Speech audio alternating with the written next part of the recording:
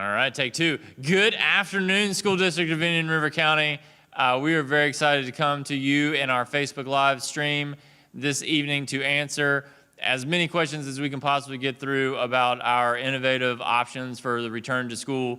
Very, very proud of the work that's gone on across the district to make sure that all of our brick and mortar classrooms have been enhanced. Safety, cleaning procedures have been enhanced. Our teachers are back there. They've been back since last Monday, preparing for your return to the brick and mortar setting.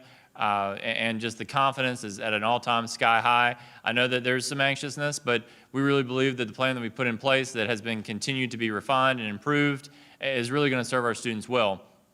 But you know, one of the hallmarks of our plan is that we recognize that there's empowerment and choice. We recognize that given this situation, there's lots of uncertainty. I'll be upfront with you guys. I am not an epidemiologist. That is not my forte. I do not know and cannot predict where the virus will go. So what we needed to do, what we knew we needed to do is provide you as parents innovative instructional options. And so very proud tonight to spend most of this time, actually all the time, talking about what we consider to be our options 2 and options 3 are our virtual and our transitional options. And so we're going to continue to push this out. We're going to continue to improve this communication as these roll out and as they get implemented in our schools for your students through a variety of means, through events like this evening.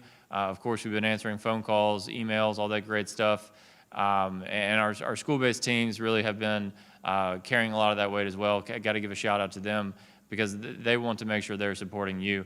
And so one of the things we've done is we've created a little short video clip. I got to be honest, a little nervous with the filming, but I think our production team did a great job of throwing it together for those who aren't able to attend the Facebook Live or don't want to watch the hour-long session. So we've got a little video clip here that the experts have put together that we'd like to begin the evening and sharing with you guys. So here we go.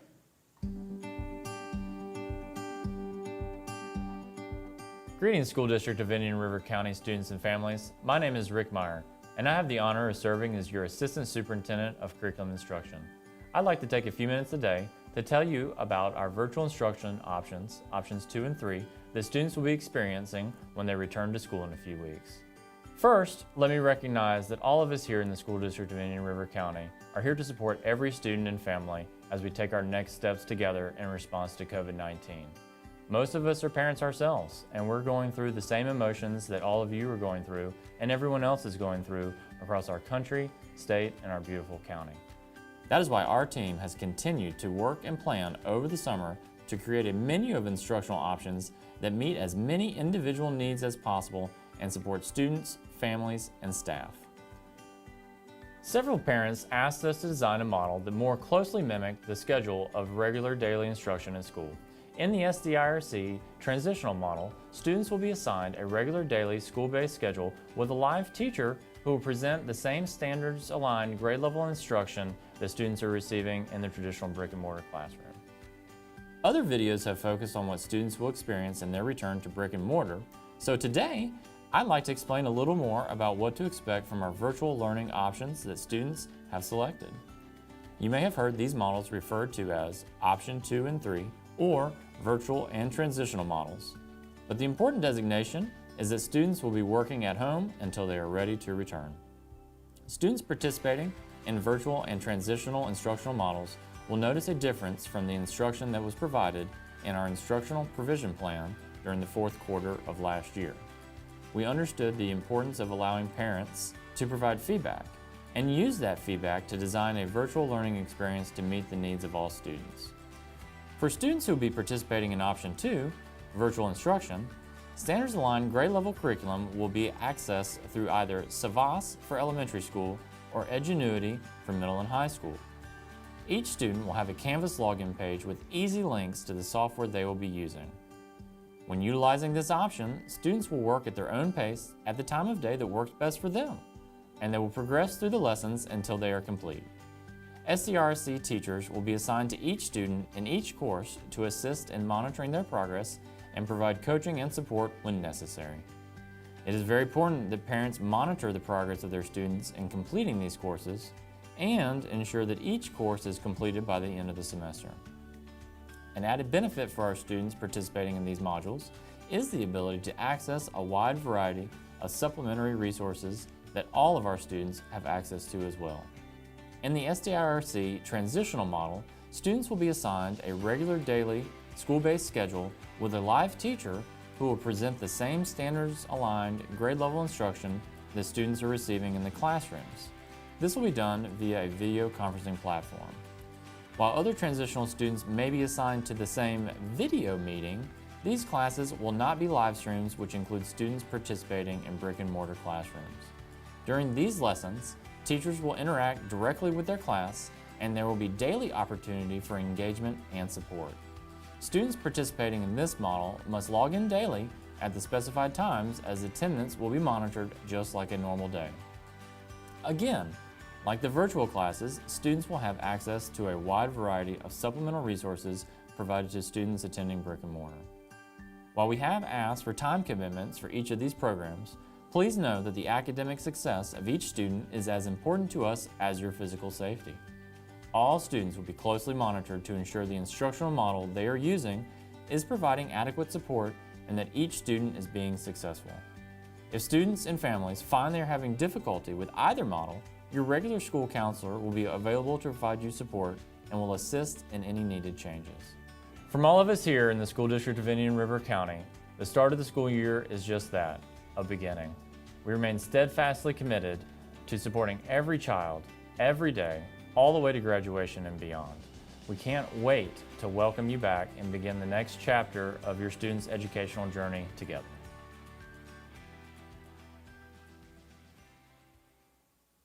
Hello, everyone. I'm Kristen Maddox, your Public Information Officer, and tonight I'm here with Mr. Meyer and Mrs. Becerra, and we will be answering some questions that were submitted via email. Thank you to everyone who sent those questions in to social media at indianriverschools.org. As we have time, we're also more than happy to answer live questions as well. So let's get started. Mr. Meyer, we've received about 7 pages of questions here, so we're going to work our way through. And the first question that we have, this falls under like the general category of questions. Are parents to attend orientation at the school if they're virtual? Yeah, great question. And obviously with the different instructional options comes different types of orientation. And so I know we've got a couple questions about this, Mrs. Maddox. So if my response answers a couple of the other ones, we'll hit on that. And if we need to ask more questions, we certainly can and will. But yeah, orientation is beginning for brick and mortar tomorrow. The schedules, there was I guess some, what we call them, the Connect Ed calls that went out to notify parents that the schedules will be available at 8 o'clock tomorrow for those that are doing brick and mortar. When those are available, what you will notice is your option 2 and option 3 schedules will also be available, but I just caution parents, we're working through and improving each and every one of your schedules to provide the best possible setting. And so as we have teachers that are volunteering to take this on, got to give a big hats off to our teachers that are taking on this incredible challenge. We are shifting and modifying some course assignments with some of our teachers to make sure that they are able to provide the best possible type of instruction and the class sizes are balanced. So just bear with us a little bit, right? If you're an option 2 or option 3 and your schedule will need to continue to evolve. But that being said, the orientation, there's going to be a brick and mortar orientation this week, and there'll be a virtual orientation next week. And by virtual orientation, what that means is that as those schedules are finalized, your teachers, whether they be the transitional or the virtual, will be reaching out to you via the Connect Ed type things, emails, focus notifications to let you know when to log on and where to get their information. So as they do their virtual we call them virtual, but it's sort of transitional, right? A remote, if you will, orientation. That's where those teachers that are really going to be working with your students are going to provide you with a lot of the other information that we'll get to in some of these questions maybe, as far as classroom procedures, contact information, how grades are being done. And really I go back to the hallmark of what's great about this is that we've retained the connectivity between our teachers and your students. And I think that when the dust settles and we see the impact of this, it will be that relationship, that continued relationship between our teachers and our students that will be able to answer these questions. So while you don't have to do the face-to-face orientation, you are being served by those principals and those counselors, so you're certainly welcome to attend the face-to-face orientation. However, if you're doing option 2 or option 3, you will be given more information for next week, scheduled next week, to be provided those remote. So that was kind of maybe a lengthy answer, knocked out a couple, but I wanted to be comprehensive there in that answer. Sorry. Right, thank you, absolutely. We had some information come out from IT this week regarding passwords, so this question aligns with that. This parent's asking, do we need to have our students change their passwords, and does this apply to students who chose the virtual options and the kids who are borrowing district laptops? Right, and I know just enough to be dangerous, so Ms. Becerra, correct me if you know more specificity about this, but excuse me, there was a change to the passwords, and the information is online about what and how that is going to take place. I don't want to misspeak here in the heat of the moment, but there is some change to the passwords, and that information is found on our website. Also, our laptops have been updated, so it is important to utilize one of the laptop distribution times. That if you had a laptop from last year or during the summer, that we make sure we get one that's updated, and it's going to make sure that the software packages for the 2021 school year works. Did I miss anything there, Ms. Becerra? No, you got it all correct. There is actually a one-pager informational document that has been pushed out. I know, Kristen, you pushed that out as well. That was shared with families and students. I know it also went out through Focus as well. So just maybe let's put that back out into the airwaves so that it can be a good reminder for everyone. I know I have students in the system, and I need to do that too. Right, right. Now, and that's part of the beauty, I think, of having these orientations and things like this week, that we gave ourselves 2 additional weeks to prep in this very complicated school reopening, that we have some time to make sure we can work through some of that technical assistance as far as the updating of the passwords. So great question, whoever submitted that one. Right, and just to give a little bit more specific information on that, I'm looking at the post right now that is up on our Facebook page and on Twitter. The information is on the website as well. That's taking place, going in and recording your password is taking place this week. The current passwords expire August 15th, and pre-K through 2nd grade students they will now have a QR code to scan for easy access in their classrooms for their password. Now, they'll still get a password they can type in, but as we know, sometimes for younger students, it's a little more difficult, takes a little more time, so this is for convenience sake. Sign into Focus, document the new password prior to August 15th, and you'll be able to access everything on your district devices. That goes for all district devices. The next question, what provisions will be made for gifted and advanced classes? Great, that's a great question. And really, I think I could answer this comprehensively as well. When we design this, the way that the schedules are designed, whatever type of instruction the student needs, whether it's gifted, advanced, our students with disabilities, our English language learners, you will be assured that you are getting those services. So, absolutely, when you look at the virtual options that are there for just the pure virtual, right, the option 2, there are the advanced courses, there are the AP courses, things of that nature, and certainly for, like I said, our other students that need additional academic support, you will, since you are still at your school with your counselor, you will still have that support facilitation to ensure that success as well. But like everything, I just want to throw this out there. We can't assume any part of this. We have to be committed, right? We have to make sure that it's working the way that we want it to work, the way it was designed to work, and that's why I think that these opportunities to get feedback from parents, the surveys that Ms. Maddox and everyone's pushed out, we love your feedback, and we want to hear what's working, what's not working, because we've designed it in a way that all of this should continue to support the students wherever they are, but we understand with the complexity, the implementation, we may need to dig a little deeper, right? We may need to refine that and just make sure we're doing what we promised that we would do. And so let us know, honestly, and I think that's something that I know that our teachers and principals are committed to do. And so please don't think that it's intentional negligence. It just may have been something that, maybe the schedule didn't get entered right. I mean, when we request these schedule changes, maybe you thought that you were supposed to be in advanced math and you weren't. Make that call, right? Make that call and say, I thought that I was in this honors class, and we'll make sure that the schedule gets amended, right? And so that's what I give that commitment that we will continue to work for the betterment of every student regardless of the situation that they're in. So we just have a live question asking for clarification here. Savannah, I see your question, and I think that it came through when we were speaking about the password change. So she asked, does it apply for virtual? Yes, I mean, if you are an school district of Indian River student, I mean, all those passwords, to my knowledge, and somebody can correct me if I misspeak, but I mean, they're all the same password that goes through Focus. So we need to make sure those passwords are accurate. That's all students, brick and mortar. I mean, everybody's going to check their grades, log into these platforms utilizing that same password. So absolutely. Thank you. Here's another live question.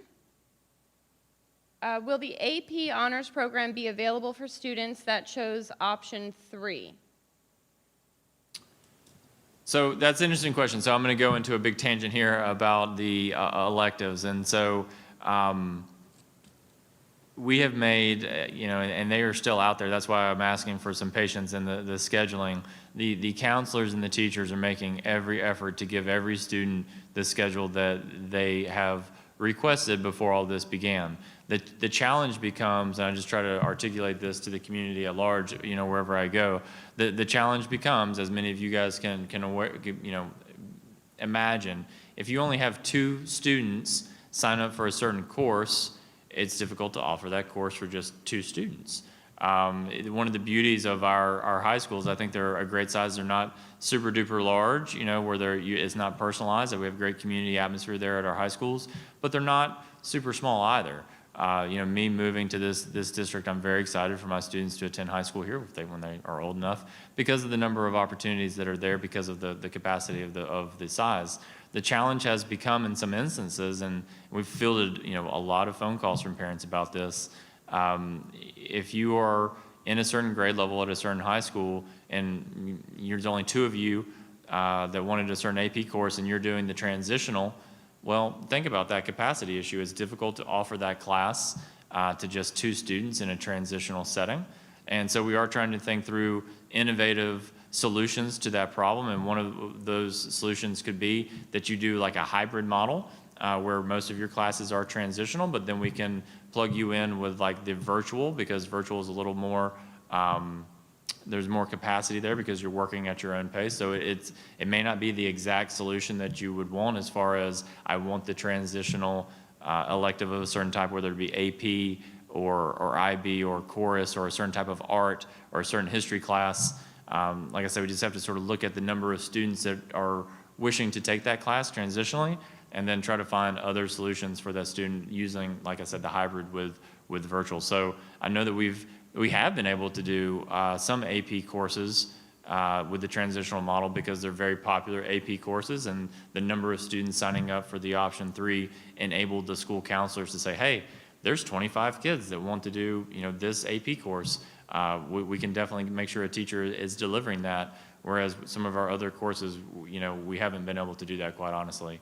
But I would just once again continue to ask you to reach out with your school counselor. I know that they're trying to make sure that we find a solution for every student, but quite honestly, in some of these settings, we are trying to create an innovative space to keep our kids safe, right? And if we're not ready to come back to school because of the concerns around the virus, we do feel very assured that they're going to get a great year of education, that the more than just the basics are being delivered, but quite honestly, all of the great electives and courses that are there at like a Vera Beach High School or Sebastian River High School, the ability to do that for 1 or 2 kids remotely, it's going to be a challenge, and in some spaces it may not be a reality.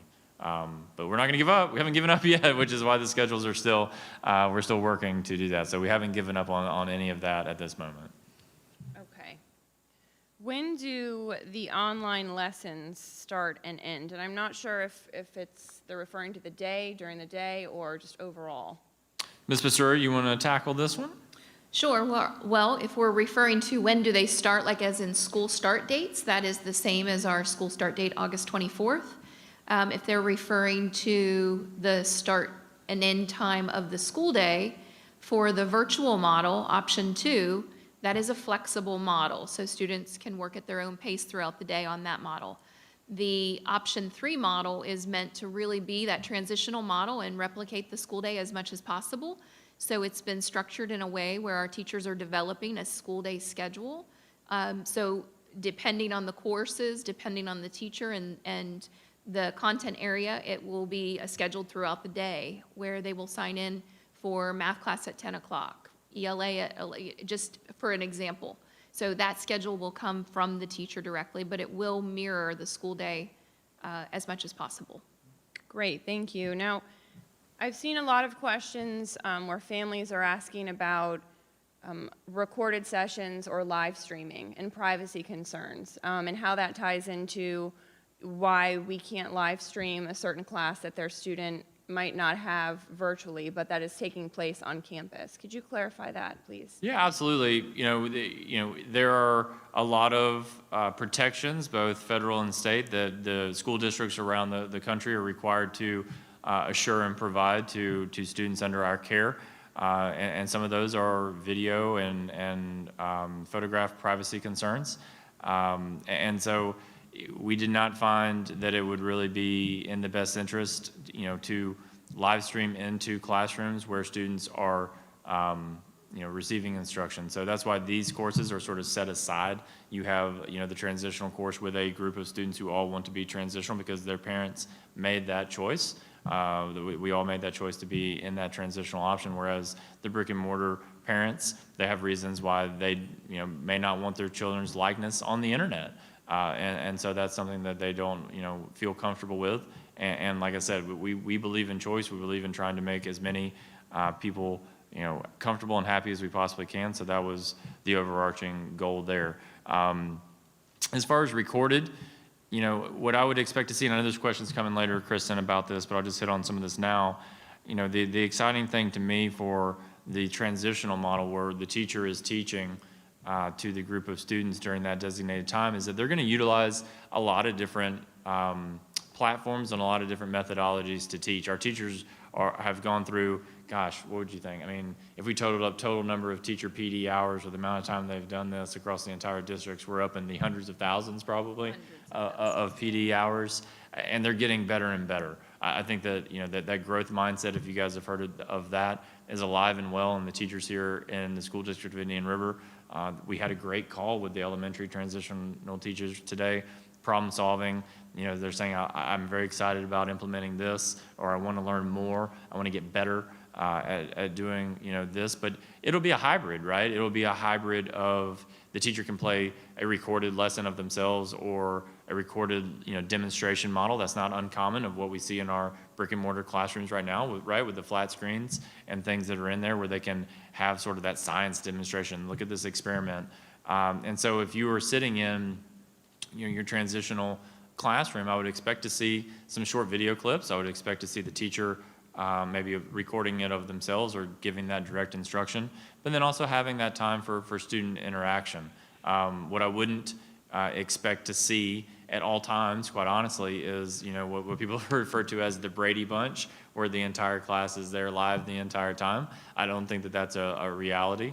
I think that there will be times where the teacher wants the focus of the lesson to be on the direct instruction that's going on, either from the teacher or from the video. And if you're like, me or maybe my children who want to make faces at the other kids on the video screen, we may need to make sure the teacher is the center of attention and not, the other students. But certainly there's some intent there to ensure the students are interacting, the students' voices are being heard, the students do communicate with each other. It just won't be all student-to-student interaction all day, right? That shouldn't be the expectation that we're going into that, because we want them to focus on the delivery of the instruction at specific times. But that will be, that will be something I'm excited to see, just like we do walkthroughs in our traditional classes. We'll be doing virtual walkthroughs. We'll be doing virtual walkthroughs to help support those teachers. And I love the question earlier about the provisions to make sure that our students with unique needs, whether they're gifted or they need additional supports, they're getting that. We have invested a lot of time and effort this year in the School District of Indian River in implementing a more robust coaching model than we've ever had for teachers. And so part of the coaching, and Dr. Lord, if you're listening, give a shout out to you and the coaches. They were going through coach training earlier last weekend, this weekend, today, and they will be providing that same instructional coaching to our virtual and our transitional teachers that they're brick and mortar teachers, because we're, like I said in the video, we're fully committed to this. This is not just a, let's turn this on for virtual, let's turn this on for transitional and walk away. We're gonna improve that daily instruction and make sure that we're getting better and better at doing that. So, excited to see where it goes, excited to see how the teachers grow their classrooms. The ones that I've talked to, they're excited about seeing, that group of kids. They miss the kids, they miss the interaction. They're excited to get their new class rosters and begin that interaction. But, it will look different, right? I mean, if you are a parent and you have kindergarten through 12th grade kids, that sort of teacher to student interaction and student to student interaction clearly is going to look a little bit different on the video at different levels. So, like I said, continue to reach out to us, continue to share what you've seen that's working, that's not working, and we'll continue to get it implemented to the best of our ability. Thank you. Here's another live question from Nicole. She's saying that there was a mistake made on the option form. One student ended up in option 1 and one student ended up in option 3 from the same family. If option 3 is already closed, what does she do now? That she has a student that she does not want in option 1, she wants in option 3. What can she do to correct that now? Right, so each of those situations are being handled at the school level, and so we're taking that on a case-by-case level. I would say that it was pushed out, of course, that option 3 was closed, right? We're trying to get the teachers into the right schedule so that we know exactly how many teachers are there so they can begin to plan their instruction. But we are working, on a case-by-case basis. So I would encourage you to reach out to the school-based principal and see what they can do to support that child. And then if we can't find that solution, you can reach out to me, and we'll keep working. Like I said, that's the commitment we have. But like I said, I understand that for each one of those situations, it does take maybe a day or two to get that schedule resolved. And that's why earlier I couldn't promise that all the schedules are 100%, because just for that question, we're trying to make everyone feel comfortable. And we won't stop doing that. I know there's some questions later on about schedule changes as well, but we're committed to continually refining the services. So reach out to the school-based folks, and we'll see where we can go. And then me as well. Happy to help. Okay, another live question from Tina, and I've been hearing this one a lot, so I'm glad that Tina's asking here. How do kindergarten parents log into ClassLink for password registration? We do not have a current password set up. That's a good question. Ms. Besura, how would you solve this dilemma? That is a good question for our new babies into kindergarten. They would have to have their Focus ID number and be able to sign in to ClassLink. And once they're in ClassLink, using that information, I think what we'll have to do is get with IT, recognizing that we definitely have to make sure that our kindergarten folks in the transitional model get some additional supports around what that's going to look like, because they would be new to the school system, new to the sites. That's definitely some area that we can do some more work on.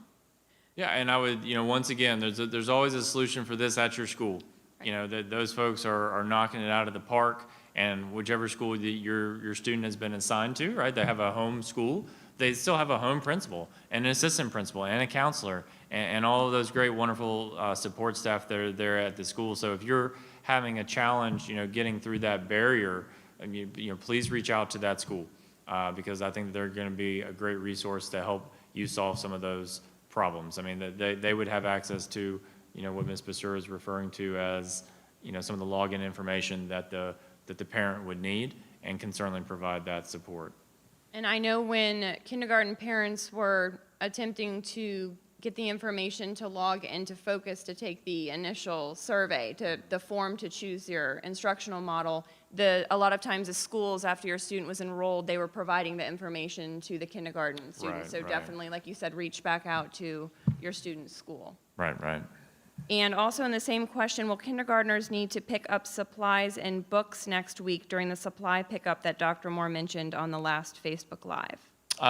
Perfect question, and not just kindergartners, but I think that's as you begin to receive contact from your virtual or from your transitional, mostly transitional, right? Because the virtual students will mostly be using all the online curriculum unless there's some specific supplies that your school is offering to those students. There will definitely be a time and place designated to come to your school and pick that up, for sure. Okay. Let's go back to the original questions. That's right. Some Absolutely. questions that were submitted. Will students be able to switch back to their regular electives in October? Yeah, and that's that's the challenge, right? And that's what's been the fun work, right, Ms. Becerra? The restless work, because we understand how important this is for everyone. As we said, when you are in a transitional or in a virtual pathway, you may not have as many electives open to you. So certainly, if you have those electives as a transitional or virtual, you would have them in the brick and mortar setting. But you may have additional electives, right? So coming back may open up the door for that. But once again, there's capacity issues. I mean, there is that class size limit for certain courses. And so we'll have to sort of address that. I don't want to promise anybody that you're going to get exactly the same teacher or the same exact schedule at the same time, right? Because you'll be slotted back into the school and into the course pathway that fits with the new master schedule. This is probably a good time to address one of the other questions I think that's very popular, which is, will the transitional option continue in the second quarter?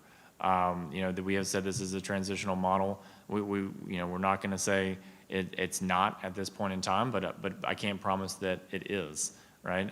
We will continue to look at all available information, look at all available feedback from teachers, parents, students, CDC, what's happening in the local health department, where we need to go to continue to provide the best service.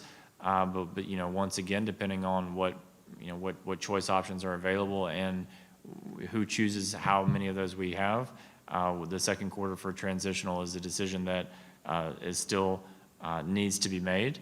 There's another question I know on the written stuff, so jump ahead and to that. If that is going to be the case, there would be another window similar to what we saw in July, where you would go in and designate your preference for what you wanted to see happen next. My guess is that we need to give a couple weeks of brick and mortar setting and the transitional setting to ensure that we have data, you have experience to know what's working, what's not working. Is this successful for my child, or what are we seeing with the COVID case counts, things of that nature. So it would be inappropriate to open that survey. Are you coming back second quarter now? We haven't even started quarter one, right? We're going to have to get into the buildings and dig in and see how that works. But I would expect to see that in September, because the first quarter ends, I believe it's October the 9th. So that will be something to consider at that juncture. But keeping in mind,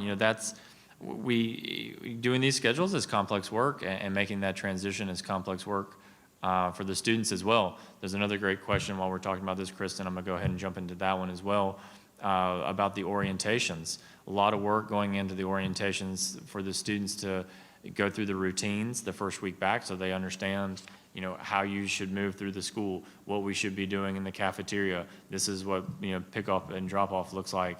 And as we start to bring our distance learning students, whether they're in the option 2 or the option 3 back, there will be additional opportunities for those sort of brick and mortar, if you will, orientations, so that the students feel comfortable in their return. And that's what this is all about. It's definitely the best mixture that we can possibly come up with for academic success and for student comfort and safety. So there will be additional opportunities to share the policies and procedures with students. And like I said, I would encourage parents to be aware of those already, right? I mean, just because you're an option 2 or an option 3 parent now, I would pay close attention to what's going on in the brick and mortar classrooms and be aware of that.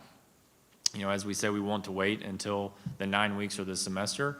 one of the commitments that the Department of Education has required us to give, and we would have done anyway, is making sure that the instructional option is being successful, right? We don't want to go through 9 weeks or a semester of instruction that is just absolutely not working for a student.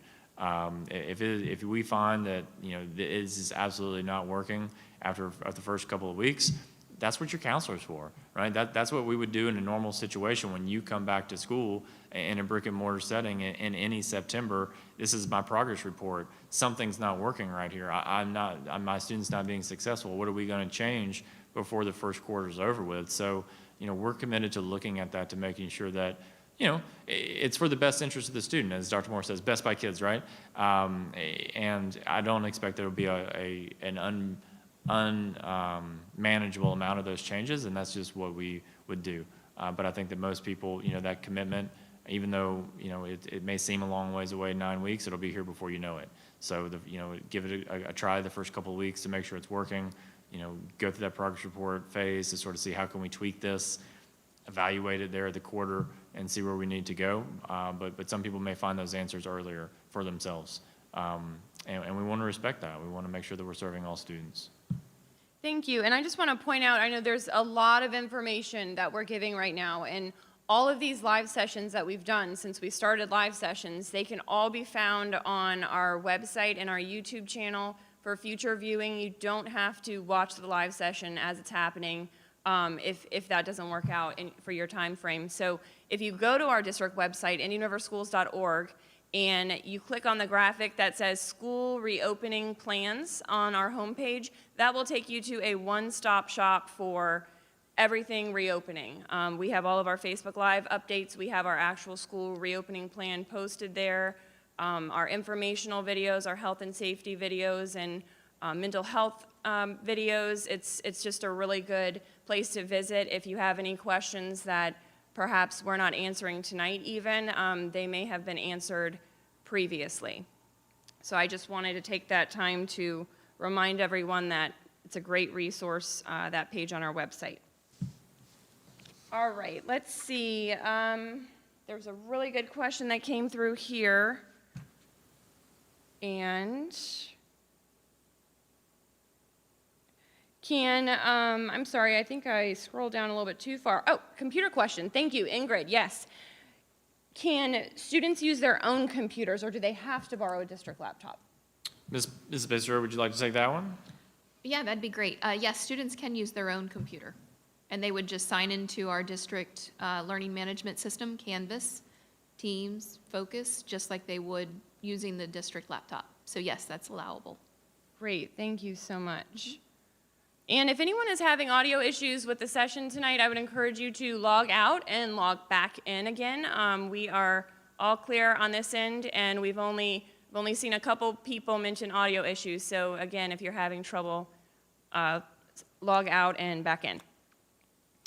Can you please clarify once again the time that a student has to commit to virtual and transitional before they can return to brick and mortar? Yeah, and I think that my other answer may have confused people. Initially we did say the transitional was the 9-week commitment, the virtual was the semester commitment, but not at the risk of diminished student success, right? I guess that would be my answer. If it is not working, then we are not going to force a student to continue to be in an environment that is not successful. So, there's only so much changing you can do with the schedules, bringing teachers back, moving around, and so those sort of time periods, we need to stick to those as much as possible. But like I said, it's not at the risk of student success. We've already been away from school. We'll have to see how much impact that has. I think for some of our students, each one of our students' situation is unique. And let me just add that too. What every student went through in the fourth quarter of last year, what every student has gone through, every family has gone through this summer, what every family will continue to go through, student will continue to go through as we come back together, whether it be in options 1, 2, or 3, will be unique to that student. Some students are absolutely fine, to be honest. I mean, they're flourishing through this. They love the fourth quarter. They had a great summer, and some of our students didn't.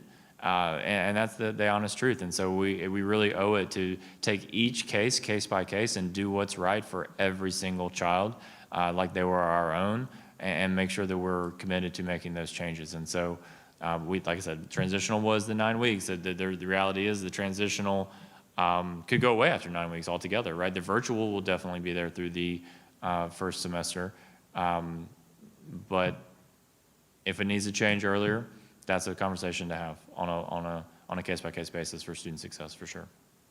Thank you. Kim Ruste would like to know, should we have already received email notification of our child's orientation time chosen for high school? So that may be a challenging question. Can we know if the since it's live, is this an option 1, 2, or 3 student? I think that option 1, Ms. Becerra helped me out. I think option 1 maybe, that's coming up today and tomorrow, so that's a little bit different. Right. But I would definitely say that option 3 or 2 and 3, you should not have received that yet, but you may have if they're in advance. But I know that there's some that we're still working on those schedules, so it's not a big deal if you haven't got it for 2 and 3 yet. In some instances, I know that hasn't occurred. Where if they're done in that point, then it's possible. But option 1, do you know where we're at with that? Option 1, they should have received some feedback, whether it was from the school or from the teacher specifically. But for options 2 and 3, there are just about no cases where they could have been able to receive that information yet. We are still, as Mr. Meyer was mentioning, we want to continue to offer options and choices. And so we are at a point where we've got to finalize those schedules so that our virtual and transitional teachers can do exactly that. Excellent, thank you. And Kim, I would encourage you, if this is an option 1 question and you haven't received the information, that you need to reach out to the high school directly so that they can help clarify that information for you. Okay. What are our class sizes looking like?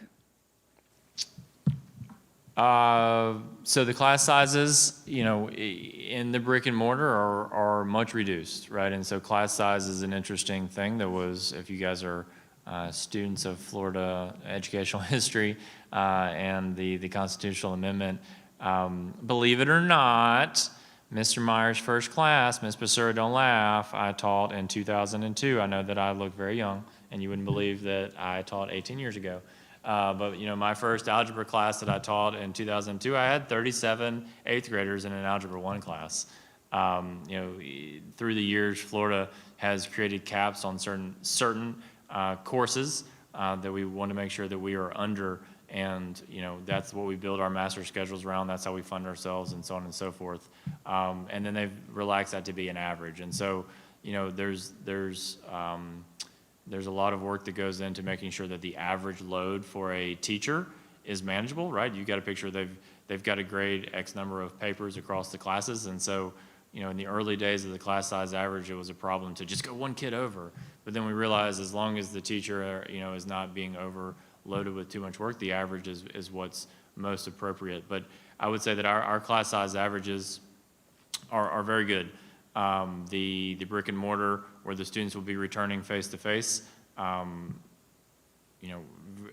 much smaller, and that's the difficult part, to give an answer to this uniformly across every grade level, every school in the district. Where I know that there may be some instances where the classes are bigger because it's a more popular class, right? Like a band or an orchestra class already has a lot of students in it. It's going to be less now, clearly. But still more than what that normal class size for like a reading class where the cap would be 22, and now you may be seeing 16. For our virtual and for our transitional classes, those are on the larger side of what that because it's going to average out. They're not having to be as physically spaced, right? Because they're virtually, and we believe that the workload that the teachers are assigned is something that they can grade those amount of papers, provide that amount of technical assistance to the students. And it goes back to some of the great questions we had about student success. We're not going to continue to, have our teachers be in a situation where they're not able to successfully provide the instruction to the students. And so, if class sizes become an issue, we'll support that. I feel very comfortable right now with the plan that we've laid out. Clearly, there's some, as we are continuing to move students in and out because they want different options, we're having to balance that, and that's the great work that our counselors are doing. But the class sizes, I think once the dust settles, when we get to the 24th, we're going to be really excited at what we've got. Right, and I can say that the campus walkthroughs that I've accompanied Dr. Moore on this week, I've been pretty happy with the classrooms and the social distancing that's taking place in the classrooms. Yes, it is possible. Due to so many students being virtual, we are able to maximize the space on campuses. So we walked into elementary schools today where they had, 11 students in class, and they were very well spread out in the classroom. So as a mother and a parent of 4 in the district, it was really nice to see that. And I know we have received a lot of questions where, how will social distancing be possible in a classroom? And it's because we've maximized our space and we have students that are attending virtually. So our classes are smaller overall. Yeah, and that's, but on an average, I think, and some of those teachers, some of our teachers are teaching both transitionally and in the brick and mortar because they volunteered to do so and they understood they wanted to support their students. So while they may have more students in, a quote unquote online class, they have, to your point, the 11 in the other class. And so the amount of algebra, quadratic equations that I've got to grade would be equal to a normal load. And that's something that we're excited to still be able to provide. So plenty of room when the kids want to return back to brick and mortar. We're going to be able to bring everyone right back in whenever they're ready and they're comfortable. Can I make sure we answer one of these questions? I don't know where you're at with your list. But there's one on here that I want to make sure that we answer. Absolutely, go right ahead. All right, got the question. Gosh, I turned the page. For students who typically get free lunches, how does that work for option 2 and option 3? And I did want to make sure that everyone's aware that there is a process at each school for your child to go and pick up the breakfast and the lunch. So please do know that if your student qualifies for free reduced lunch, that they can work with the principal. There's a procedure at each school for how you can pick that up. That's really important. I'm really proud of our food service team, food nutrition service as we call it here.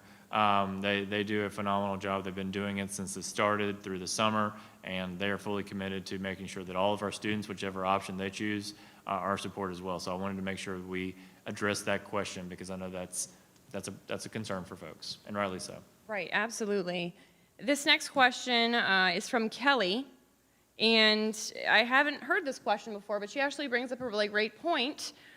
Is there a uniform policy for the virtual students while they attend at home? And at first I thought I can't be reading that correctly, but then I thought, well, if you're on camera with your class, she's a better mother than I am because my students would be in their pajamas probably, but it does make sense. Is there a policy? Ms. Bissura, would you like to take that one?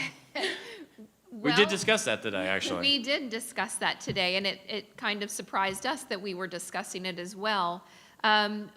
We do not have a formal policy in place for a uniform policy for transitional or virtual. But what we did talk about is that we do have a code of conduct, and there are certain things in the code of conduct that are required. So they should just be dressed ready for school, meaning, shirts with no profanity on them, or, to your point, Kristen, probably not pajamas. Unless they're aligned with the code of conduct. Unless it's pajama day. Right. Well, they may sleep in uniform. What if they like to sleep in My school with kids do uniform? sometimes. Those are pajamas. That's right. Now it's your chance. But the whole reason, going back, parents, I think that most people are aware of this. The reason that we have code of conduct for dress code and uniforms is that the priority of the day is academic instruction, right? And so what the students are wearing should not distract or disrupt from the ability of other students to learn or for the teacher to deliver the lesson. So, if the student is not wearing something that's appropriate or something that's distracting, certainly something if it's offensive. We did have changes to our code of conduct that we're very proud of here in the district. That's when we would address that. And, that's the other side of this as our teachers are able to manage, the screens and things and the language. We may have to have some parent-teacher conferences, just like we do in a normal situation where we're reaching out to our parents of our certain students and saying, hey, I saw you leave, I saw you sit Johnny down and he wasn't wearing the shirt, and then he put, on something else and he was being distracting with it. We got to make sure that he's, doing the right thing. And those are typical things that, as students and parents work through together. Like you, Ms. Maddox, I'm a father, I have 2 sons, and I hope I don't get those calls, but they happen, right? So it's something that we all go through. But to Ms. Becerra, I think you said it very well. Dress for school in a way that doesn't cause any disruptions to the learning environment, but not a uniform. Right. Right. And there's something to be said as well for getting your mind ready to be in school. And Exactly. so that I can see that being a real benefit, just changing your clothes, being ready for school. And can you, I don't know if there's a question coming from that, but I know your team has worked really hard about tips and pointers that are going to be coming out that I think the teachers are going to share. Would you want to allude to any of that, the recommendations for the learning environment? Because I think that's important for Right. parents to know, to start game planning, what that good distance learning environment looks like for the students. Yeah, a few things. A few simple tips are really setting up a strategic space where they can study and do their work every day. The routine is really powerful and important for students of all ages, helping them maintain that structure and that routine, whether they're in the virtual model or the transitional model. I know the transitional model will help them keep that routine around schedule. The transitional model, that's just as important and something that parents could definitely support their children with. But dressing like you're ready for school. You sit down, it changes the way you approach what you're doing. So those are a few of the things, but there is definitely some work that the team has done that they'll be pushing out, and your new virtual or transitional teachers will be sharing that as well in their welcome back and orientation. Yeah, and I mean, I would just, there's been a lot of research, a lot of innovation and change in learning environments in schools.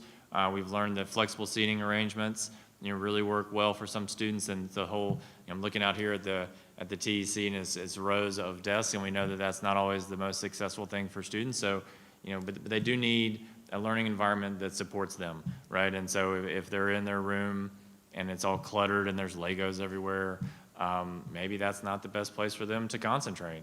Maybe that's going to be distracting. Maybe for some students that's better. That's where I go back to the unique situation for every student. We have to sort of ask ourselves, if there's barriers to success, what can we enhance? What can we change? What part of this puzzle needs to be looked at. If they're during their math class, even though it's online, the teacher's doing the work, they probably need a place to work the problems out on paper, right? So it's having a table to work out. It's not just thinking they can do that from the bed possibly. But maybe some students are successful. I mean, that's where we want to make sure that it's flexible in a way that works for every student. So good question. Absolutely, and a lot of those tips that Ms. Becerra was referring to, they are on our website. Once again, I'll use this time to promote that. On the reopening page, we have our mental health moments that some of our school psychologists They're took doing the a great time job. to record. Absolutely, there are different video modules, so please go there and watch those. It's a great resource for children and adults. Absolutely. Okay. So we have had a lot of questions about our procedures for COVID exposure, and this has been something that we have been talking about and planning, and we've been evolving as our community and our situation is changing. We've been making changes and updates to procedures and to our reopening plan in general.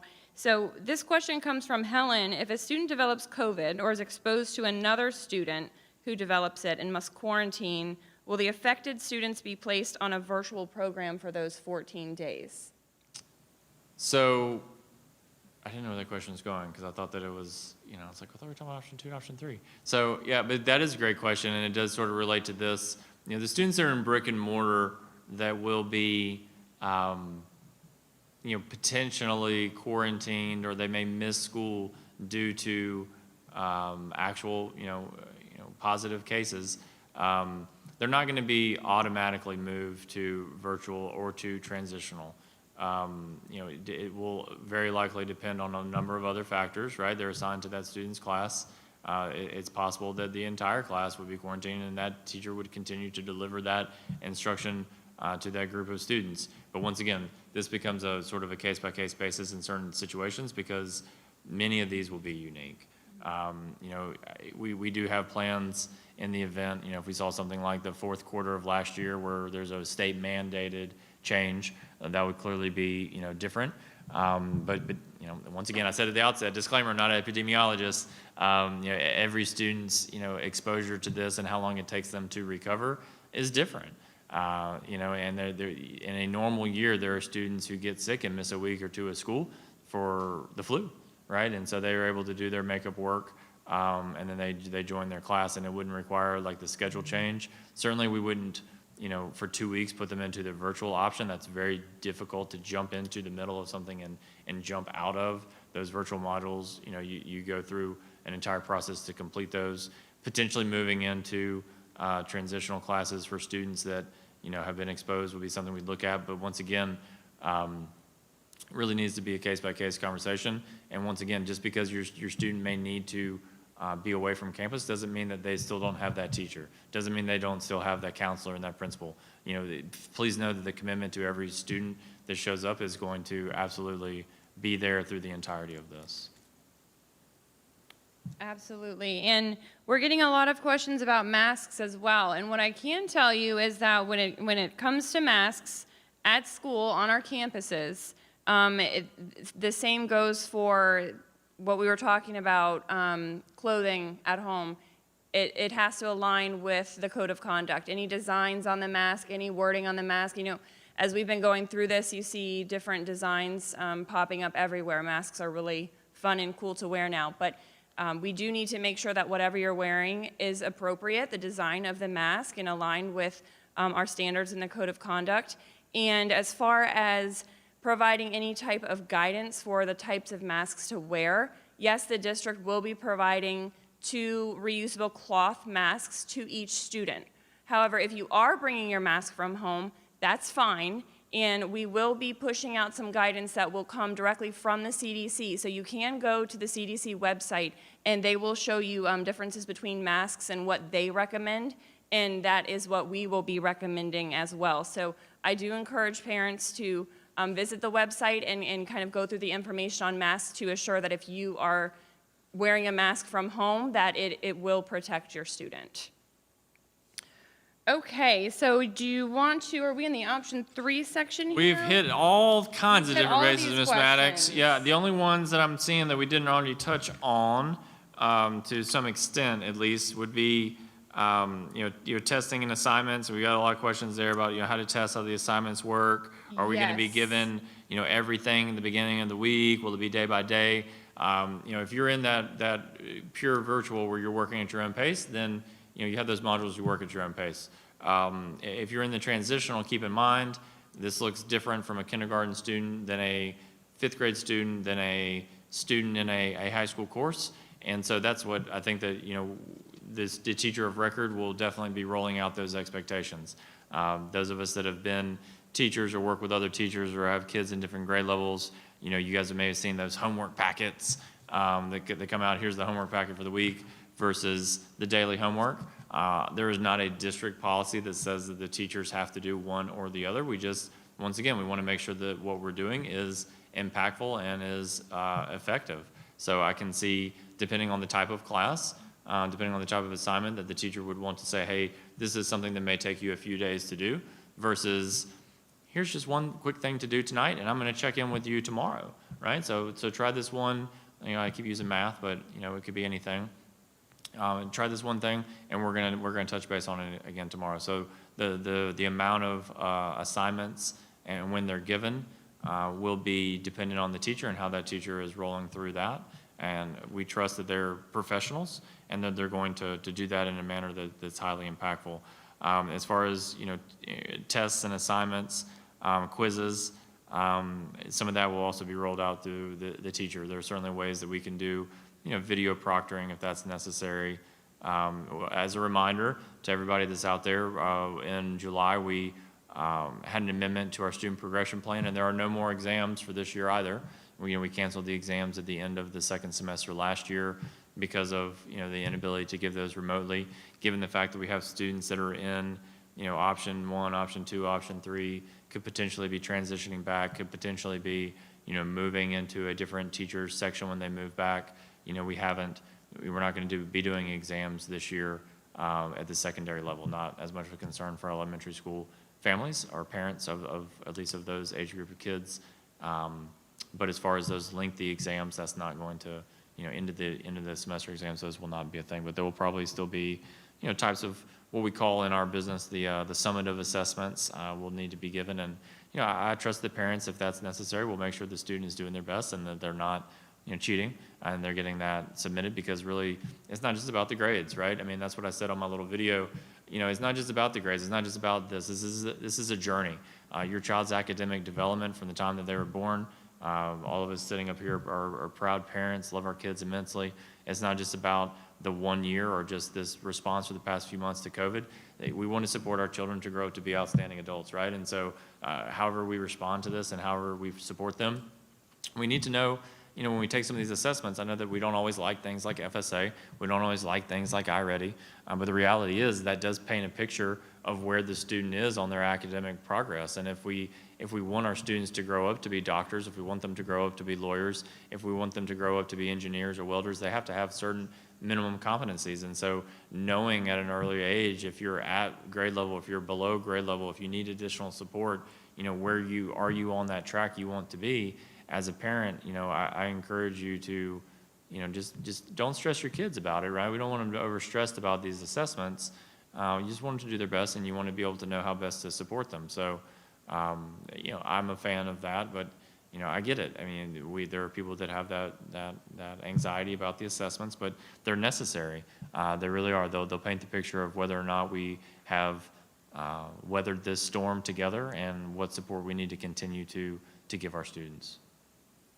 Yes, absolutely. And you touched on a really good point that I like to reiterate is that, most of us here are parents, and most of us here are parents with students in this district, and we're having to make the same difficult decisions right along with you. So our hearts are in the right places, and we understand the struggles or any anxiety or challenges.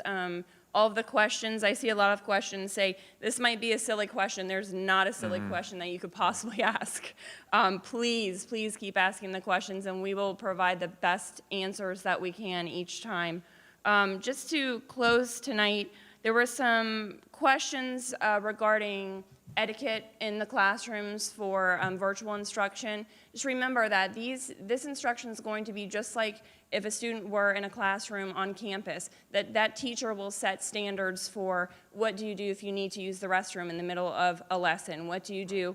So wait until the student gets in their virtual classroom with their teacher, and that teacher will then move forward setting those types of standards for etiquette, or if they have a question or whatever it might be. And last but not least, Rick, can you tell anyone in our community what to do if they're moving here, if they're a new member of the community and they're kind of dropped right into the middle of this? What should they do if they need to get their student registered and in a model, in an instructional model? Right, so, follow the normal. Ms. Bissura, you want to take this one? You're more familiar with the enrollment process than I am. Yes, all of our home schools, our home zone schools can register students, so families can start with their local school, and the school they'll give them direction on the models. They can make those choices right there at the school with the parents and the families. And we also have an attendance office that works in our student services department that's also extremely helpful along the way. So, but I would definitely say start with the school for registration purposes. Great, thank you. And just to close tonight, again, thank you, Mrs. Becerra and Mr. Meyer, for being here to answer these questions. I know we probably did not get through every question that we had, but I'm sure we're more than willing to have another session where we can answer some more questions. I just want to remind everyone, if you're looking for school information, please go to your school's website. And if you don't know how to get to your school's website, you can get to that through indianriverschools.org.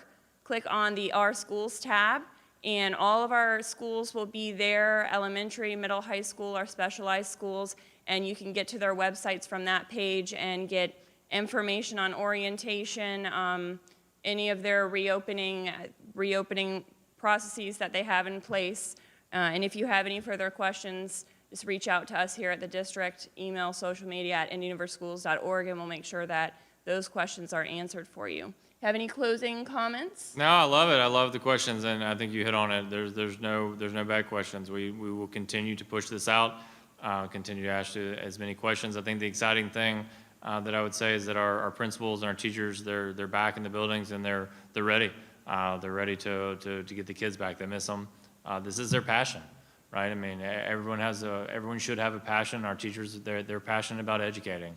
And so they've missed the kids, they want them back, they're ready to support them, whichever model that they're doing.